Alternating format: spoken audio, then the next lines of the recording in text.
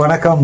நான் டாக்டர் ராமநாதன் அர்ச்சனா. இன்றைக்கு 2025ஆம் ஆண்டு ஜூலை ஆகஸ்ட் மாதம் 4ஆம் திகதி திங்கட்கிழமை இன்றைய தினம் சிஐடிக்கு அழைக்கப்பட்ட நான் சிஐடியில் அழைக்கப்பட்டு விசாரணைகள் கிட்டத்தட்ட 4 மணித்தியாலங்கள் விசாரணைகளுக்கு உட்படுத்தப்பட்டிருக்கிறேன்.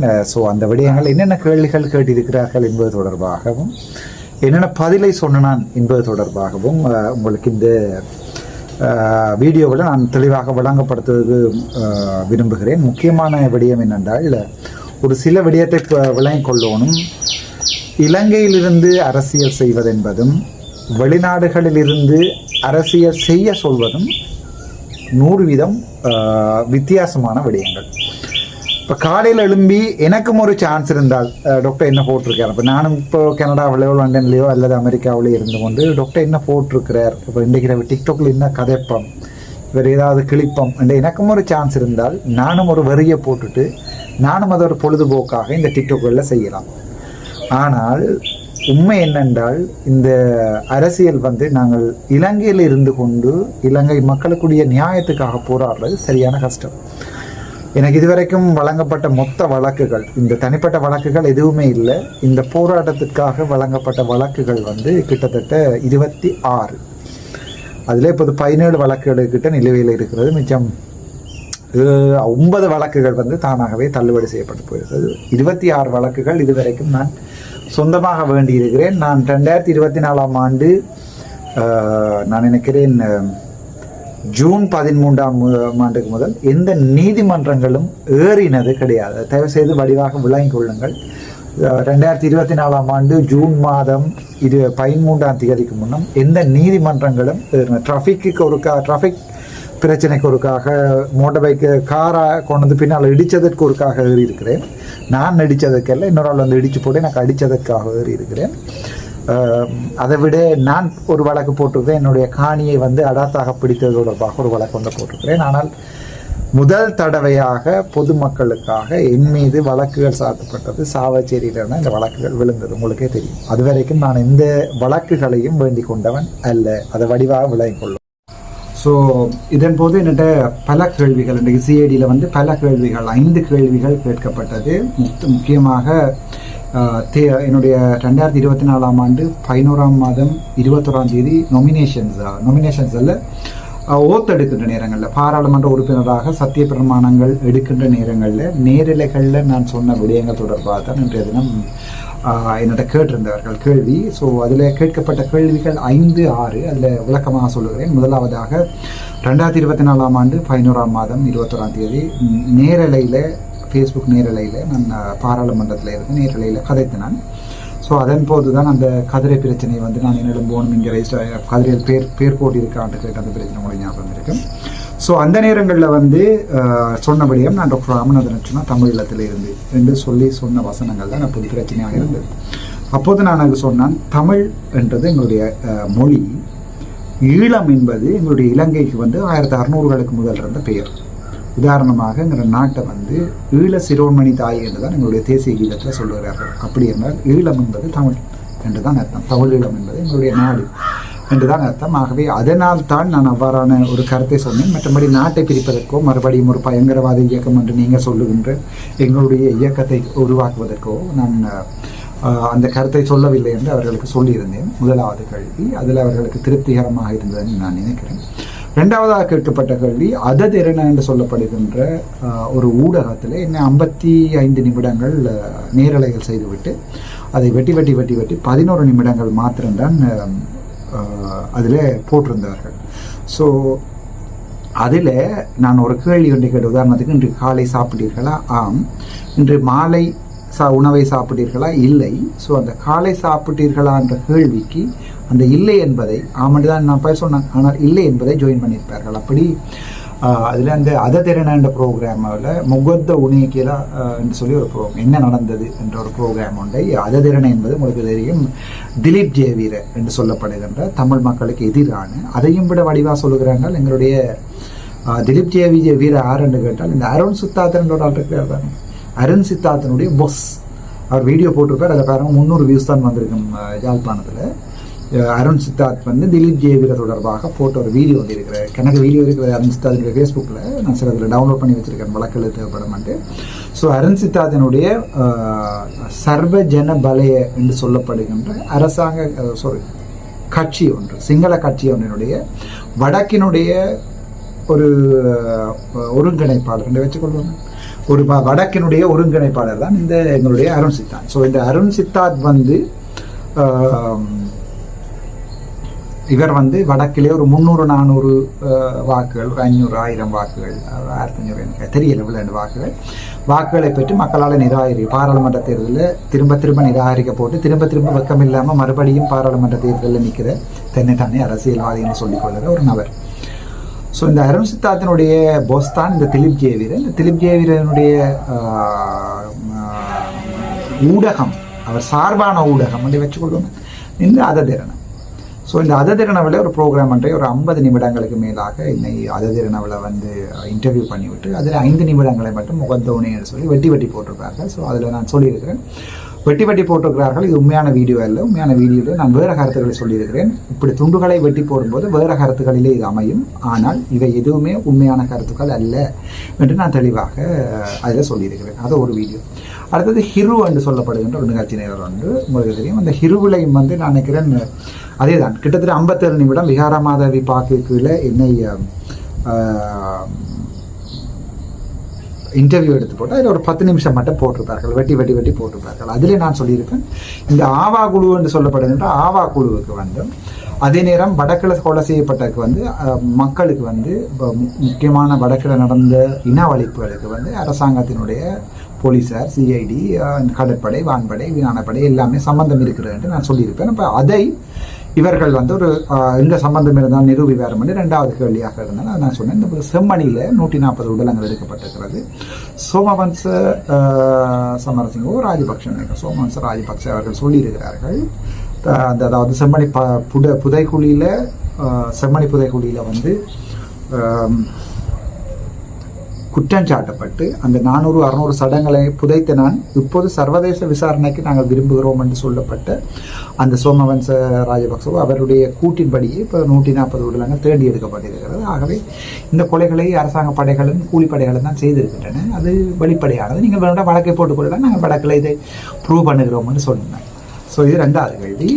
அது திருநாவலிருந்து வந்த கேள்வி. இப்படி ஒரு சில கேள்விகள் என்னிடம் கேட்கப்பட்டன. அதை விட வந்து என்னிடம் கேட்டார்கள், நீங்கள் இப்போது நாட்டை 2ஆக பிரித்து எங்களுடைய கான்ஸ்டிடியூஷன், அதாவது அரசியல் அமைப்புக்கு எதிராக செயற்படுவதற்கு விரும்புகிறீர்களான்னு நான் சொன்னேன்.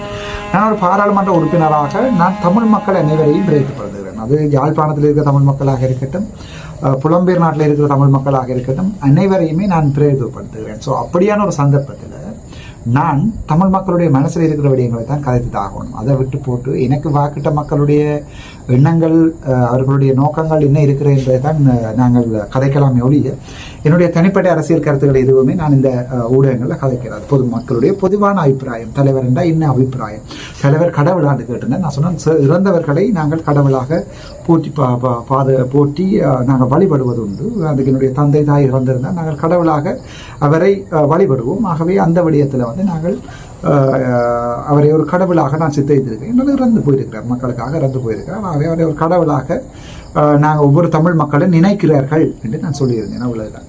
இப்போது நீங்கள் வேண்டுமென்றால் வடக்கில் ஒரு வாக்கெடுப்பை நடத்தி பார்க்கலாம். தமிழ் மக்கள் கடவுளாக நினைக்கிறார்களா இல்லையா, எத்தனை வீதமான வாக்கெடுப்புகளை நீங்கள் நடத்தி போட்டு நீங்கள் வழக்கு போடலாம்.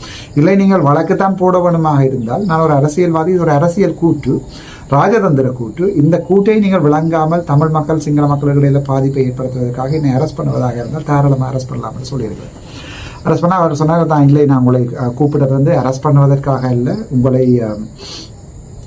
ஸ்டேட்மெண்ட் எடுப்பதற்காக தான் மேலதிக நடவடிக்கைகள் தேவையான நாங்கள் உங்களை கூப்பிடுவோம் என்று சொல்லியிருந்தார்கள். ஸோ இந்த அரசாங்கம் என்ன பொறுத்த வரைக்கும் என்னென்னால், இந்த அரசாங்கம் நினைக்கிறது இந்த மாதிரியாக கூப்பிட்டு சிஐடியில் விசாரிக்கிறதன் மூலமும் ஒன்றுக்கும் மேலாக மறுபடியும் சொல்லுகிறது, ஒன்றுக்கும் மேற்பட்ட வழக்குகளை திரும்ப ஒரு ஆளுக்கு போடுறதாலையும் ஒரு ஆளுடைய மனசை உடைக்கலாம்னு நினைக்கிறார்கள். என்ன வெளியால் வரும்போது சிங்கள ஊடகங்களுக்கு இருந்தால், டாக்டர் உங்களை பிடிச்சி அரெஸ்ட் பண்ணி பிடிஐயில் பெர்மனண்டாக போட்டால் என்ன செய்வீங்கன்னா, பெர்மனண்டாக உள்ளுக்குள்ளே இருப்பேன். எனக்கு நான் அதுக்கு பயப்படுறவன் இல்லை.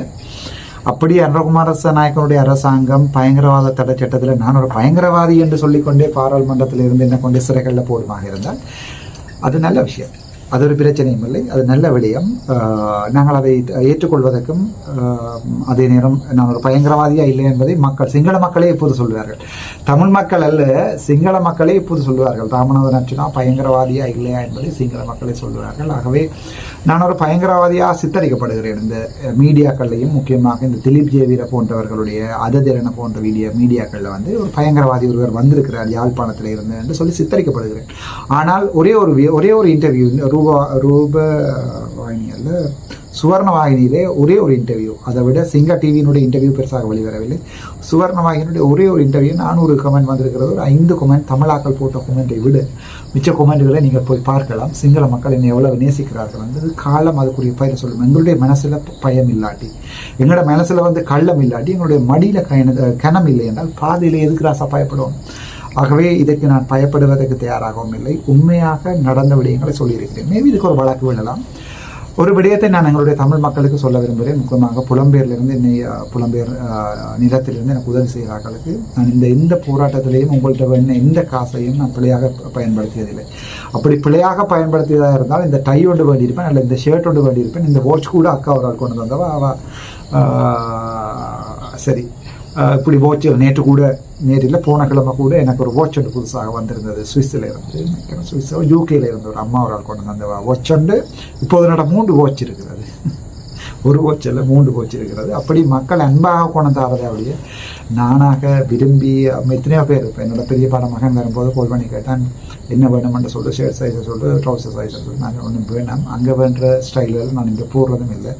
என்னுடைய பாடிக்கு ஃபிட் பண்ணக்கூடிய மாதிரி இங்கே வேண்டது இங்கே 2000 ரூபா, 3000 ரூபா, அல்லது 4000 ரூபா. அங்கே நீ வேண்டியண்டா 10,000 ரூபா. ஆகவே வேண்டாம், காசு அந்நியமாக போனால் உங்கள் காசு வேண்டாம், தாசு வளர்த்து கொடுத்துருக்காங்கன்னு சொல்லி இன்னைக்கே சொல்லியிருக்கிறேன் பிறந்தவனாக்கு. ஸோ என்னுடைய அண்ணா மேலே சகோதரங்கள் சொந்தக்காரெல்லாம் வரும்போது அவனுக்கு காசு கொடுக்கக்கூடாது என்பதற்காக ஏதாவது உடுப்புகளை வேண்டி கொண்டு தருவார்கள். ஆனால் என்னை பார்க்க வருகிறவர்கள் யாராவது வேணும் தருவார்கள். எனக்கு அப்படியான எதையுமே நான் அவங்கள்ட்ட எதிர்பார்க்கல. இந்த முகப்புத்தகத்தில் ஒரு ஆதரவான ஒரு கூட்டு ஒரு ஸ்டேட்மெண்ட் உண்டு. மற்றது இந்த வழக்குகள் செலவாக ஏதாவது உங்கள்கிட்ட கேட்டால் அவசரமாக நான் எப்பயாவது கேட்கின்றால் கட்டாயம் அவசரமாக தான் இருக்குது. ஒருபோதுமே நான் சரி கொஞ்சம் காசு கொண்டு ஒரு 5 லட்சம் வேண்டி கொண்டு ட்ரிப் போகும் என்றக்காண்டி இல்லாமல் நான் என்னால் முடிஞ்ச வரைக்கும் இந்த யூடியூப்பில் கொஞ்சம் காசு எடுத்து வழக்குகளுக்கு செலவழிப்பதற்கு பார்க்குறேன். அப்படி ஏதாவது ட்ரை பண்ணி பார்க்குறேன். என்னுடைய சம்பளத்தில் முழு காசையும் போடுறேன். 2 லட்சம் ரூபாய்க்கு மேலே லோன் கட்டுகிறேன். பள்ளி சொல்லுது மறுபடியும் பள்ளி போய் சொல்கிறேன். ஆகவே எனக்கு இந்த பயம் இல்லை. மேபி இன் கேஸ் வந்து அரசாங்கத்துக்கு நான் தலடியாக இருக்கிறதால இப்போ எனக்கு 2 ஆப்ஷன்ஸ் இருக்குது. ஒன்று வந்து நான் இப்படியே இருந்து கொண்டு மக்களுக்கு உண்மையாக கலைப்பதற்கு, அல்லது 2வது ஆப்ஷன் இருக்கிறது அரசாங்கத்தோட. இப்போ சில ஒட்டுக்குழுக்களுடைய பிரதிநிதிகள் யாழ்ப்பாணத்தில் இருந்து வந்து இருக்கிறார்கள் தானே, யாழ்ப்பாணமோ வன்னியிலையோ இந்த தொகுதியில் சில ஒட்டுக்குழுக்களுடைய பிரதிநிதிகள் வந்து இப்போது பாராளுமன்றத்தில் இருக்கிறார்கள். நேரடியாக எனக்கு முன்னாலே சொல்லுகிறார் பிமல் ரத்நாயக் அவர்கள் பாராளுமன்றத்தில் ஒன்றுமே அவர் மாதிரி இருங்கள், அவர் இந்த பள்ளி சொல்லுகிறது அவர் மாதிரி இருங்கள், அற்புதங்களுக்கு ஃபுல் சப்போர்ட்டுங்க. அது அந்த ஒட்டுக்குழு காலங்காலமாகவே எந்த அரசாங்கம் வந்தாலும் சப்போர்ட் பண்ணி கொண்டு தான் இருந்தது. ஆகவே நாங்கள் அவற்றை பற்றி நான் என்னுடைய பாதையில் சாகும் வரைக்கும் நிற்பேன். இன்றைக்கு என்னோட சிங்கள ஊடகமாக டாக்டர் சாஹப் அஹமதியான் அப்படி பெருசாக கதைக்கிறதுக்கு இல்லை. ஆனால் உண்மையாக பயம் இல்லை. என்பது எதுக்கு பயப்படணும்? ஸ்டேட்மெண்ட் எடுக்கும்போது சிஐடியில் ஸ்டேட்மெண்ட் எடுக்கும்போது என்னிட்ட கேட்கும்போது மேதகு தலைவர் வேலுப்பிள்ளை பிரபாகரன் என்ற பெயரைத்தான் நான் அதில் நான் சொல்லியிருக்கிறேன். ஏனென்றால் ஸ்டேட்மெண்ட் அவர் கேட்ட பதில் நான் எதற்காக போய் சொல்ல வேணும்? සිංහල மக்களுக்கு මම සිංහලෙන්වත් මේක කියලා තියෙනවා පැහැදිලිවම. මෙන්න මෙයිමයි වුනේ 1980 ගණන් වල නම් මේ කාලේ වෙනකන් සිංහල මිනිස්සු දෙකට බෙදුවා අපි. සිංහල මිනිස්සු බෙදුවා, දෙමළ මිනිස්සු බෙදුවා. සිංහල මිනිස්සුගේ දෙමළ මිනිස්සුගේ ඇතුළත වෛර ඇති කරා. நான் அதில் சொல்லியிருக்கிறேன் என்னுடைய ஸ்டேட்மெண்ட்டில். 83ஆம் ஆண்டுகளில் இருந்து அதுக்கு பிறகு வந்த காலங்கள் வரைக்கும் சிங்கள மக்களையும் தமிழ் மக்களையும் பிரித்து சிங்கள மக்கள் உண்மையாகவே மனசில் நினைப்பதை தமிழ் மக்களுக்கு சொல்வதில்லை, தமிழ் மக்கள் உண்மையாகவே மனசில் நினைப்பதை சிங்கள மக்களுக்கு சொல்வதில்லை. பொய் சொல்லி இந்த அரசியல்வாதிகள் காலங்காலமாக மாட்டியிருக்கிறார்கள். நான் சிங்கள மக்களுக்கு உண்மையான விடயத்தை சிங்களத்திலே சொல்வேன், தமிழ் மக்களுக்கு உண்மையான விடயத்தை தமிழிலே சொல்வேன். நான் ஒருபோதுமே அங்கேயும் இங்கேயும் உண்டு முகத்தை விலாங்கு மீன் மாதிரி காட்டுபவன் அல்ல, அல்லது வந்து மன்னரிலிருந்து குடுக்களை கடத்தி கொண்டு விற்பவனும் அல்ல. நான் எப்போவுமே ஒரு உண்மையாக இருப்பேன். அது என்னோட பக்கத்து கதிரையில் இருக்கிறார்களுக்கும் தூரத்து கதிரையில் இருக்கிறார்களுக்கும் வடிவாகவே தெரியும். டாக்டருடைய குணம் டாக்டர் எப்படி என்பதை வடிவாக தெரியும். முடிந்த வரைக்கும் போராடுகிறேன். ஆனால் நான் செத்தாலும் சாவனை ஒழிய என்னை பொறுத்த வரைக்கும் நான் இவ்வாறான என்னுடைய இனத்தை காட்டி கொடுக்கிறதோ அல்லது எங்களுக்காக போராடியவர்களை வந்து நான் விட்டு கொடுக்கிறதாகவோ நான் தயாராகவில்லை. இந்த அரசியல் பயணத்தில் இன்றைக்காக ஒரு நாளைக்கு எங்களுக்காக போராடிய மக்களுக்கு வந்து ஒரு நீதி கிடைக்கணும். எங்களுக்காக இழக்கப்பட்ட, கொலை செய்யப்பட்ட, புதைக்கப்பட்ட மக்கள், செம்மணியில் புதைக்கப்பட்ட மக்களுக்குரிய அவருடைய பிள்ளை ஒன்று போனதால தானே அந்த குடும்பத்தை கொண்டு கொலை செய்திருக்கிறார். அண்மை தினத்தில் ஒரு சிங்கள போஸ்ட் ஒன்றை பார்த்தேன். தெளிவாக சொல்லியிருக்கிறார்கள், பிள்ளை குடும்பத்திலே ஒருவர் இயக்கத்துக்கு போயிருந்தால் அல்லது வந்து தமிழ் விடுதலை புலிகளில் வந்து ஜாயின் பண்ணியிருந்தால், ஒருவர் ஜாயின் பண்ணியிருந்தால் அந்த குடும்பத்தை கொலை செய்திருக்கிறார்கள்னு சொல்லி அதை கொண்டு வந்து இன்டரோகேட் பண்ணி விசாரித்து கொலை செய்திருக்கிறார்கள் சொல்லியிருக்கிறார்கள். அதுதான் உண்மை. ஸோ அது தொடர்பாக நான் சொல்லியிருக்கிறேன். இது ஒரு அரசியல் கருத்து. ஜெயக்குமார் நாயக்க கூட என்னோட நேரடியாக சொல்லியிருக்கிறார். நேர மீட்டிங்கில் 10 பேர் இருந்த மீட்டிங்கில் சொல்லியிருக்கிறார், இந்த பயங்கரவாத தடை சட்டம் என்பதை தான் அரசியலுக்காக பாதிக்க மாட்டேன் என்று சொல்லிக்கொண்டு சிஐடி கலைக்கப்பட்டிருக்கிறேன். பார்ப்போம் என்ன நடந்தாலும் நான் இப்படியே தான் இருப்பேன். நான் மாற மாட்டேன். நான் ராமநாதனின் பிள்ளை. நன்றி, வணக்கம். டாக்டர் ராமநாதன்.